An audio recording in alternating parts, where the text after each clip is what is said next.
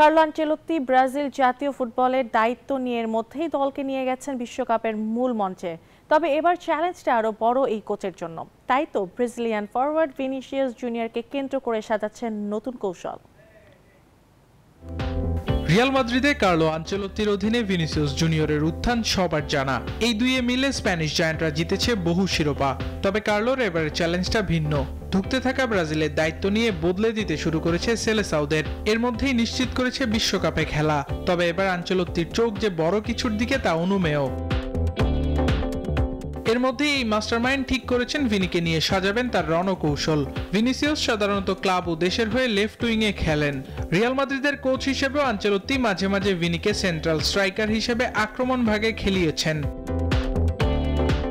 তবে তার মতে গোল করার ক্ষমতা আরো ভালোভাবে কাজে লাগবে যদি তিনি সেন্ট্রাল ফরওয়ার্ডের ভূমিকা নেন।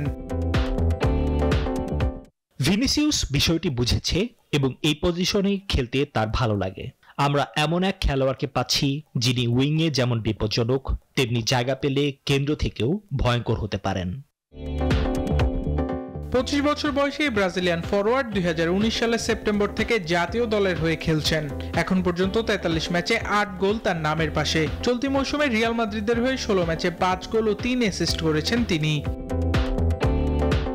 আবরার আল দাইয়ান, নিউজ 24।